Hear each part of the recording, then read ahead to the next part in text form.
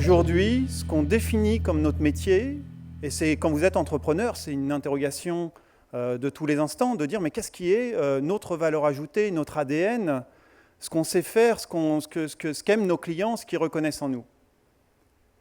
Et dans le monde du conseil, de l'externalisation des services, les acteurs ne manquent pas. Et donc quand vous vous posez la question de dire mais comment est-ce qu'on peut se différencier ? Et on est arrivé à la conclusion que là où on voulait être les meilleurs, c'était dans l'implémentation. Mettre en œuvre concrètement les projets de nos clients. C'est ça qu'on fait au quotidien.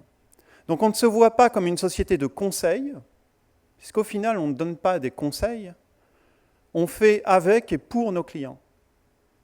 Et on implémente des projets aussi bien d'amélioration de performance, que des projets très opérationnels, les projets de leur cœur de business, que ce soit dans l'infrastructure, que ce soit dans le manufacturing, les services financiers, media entertainment. Comment expliquer, d'une part, aux personnes qu'on souhaite attirer pour qu'ils rejoignent notre entreprise, donc les talents qu'on recrute, et d'autre part, à nos clients, à nos prospects, ce que c'est que l'implémentation. Qu'est-ce que ça veut dire concrètement ?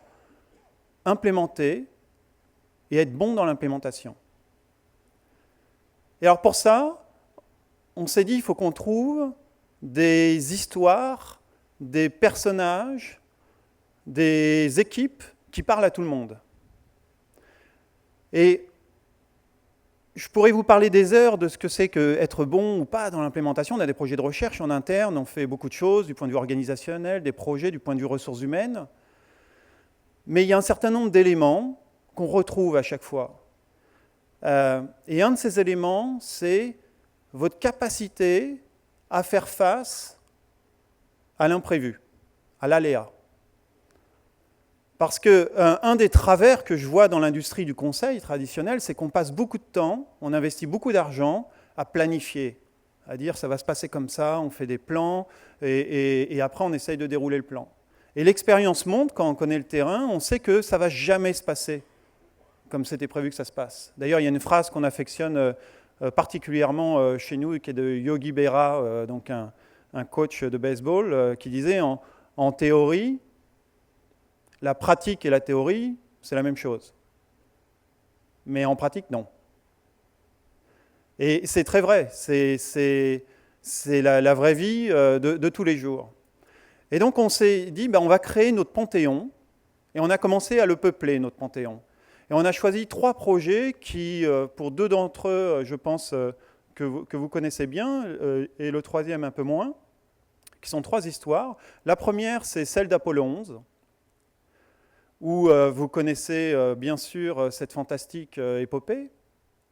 Et j'avais été frappé en lisant un article de journal d'un journaliste qui a interrogé Neil Armstrong sur son plus haut moment émotionnel quand il a été sur la Lune. Et en fait, le journaliste s'attendait à ce qu'il lui dise c'est le moment où j'ai fait ce petit pas et ce bond pour l'humanité. Et pas du tout.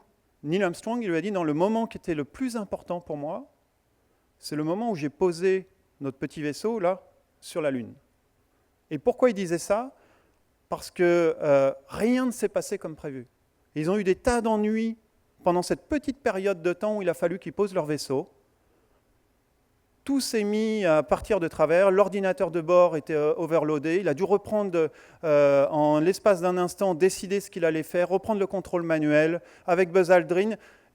Ils ont, pendant quelques instants, décidé du sort d'un projet pour lequel des milliards d'hommes-heures avaient été investis et qui aurait pu très bien être un échec si vous n'aviez pas des hommes et une équipe exceptionnelle qui étaient bons pour savoir réagir à un moment crucial. Un autre exemple comme ça, c'est Roald Amundsen, qui part à la conquête du pôle Nord. Il a constitué son équipe, ça doit parler particulièrement à Bernard, et son équipe est prête. Ils vont partir, et là, une dépêche arrive et il a été doublé par un concurrent qui est arrivé au pôle Nord avant lui. Ce n'était pas prévu. Et cet homme-là, il dit, c'est pas grave.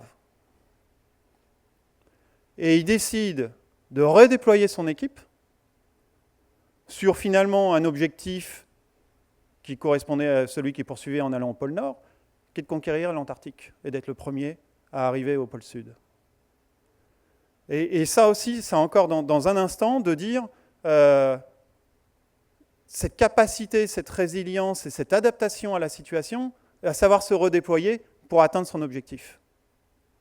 Et un troisième exemple, c'est un projet beaucoup plus moderne, on va dire, beaucoup plus proche du business, qui est un projet de construction du plus grand barrage en termes de production électrique au Brésil, à Itaipu. Donc c'est un barrage énorme, gigantesque. À un moment, alors que vous avez tout planifié, vous avez fait des études, c'est d'une complexité sans nom. À un moment, ils découvrent qu'ils ont un trou énorme qu'ils n'avaient pas vu lors des sondages et des études, qui remet en cause tout le projet. Vous avez 40 000 personnes qui bossent sur le chantier.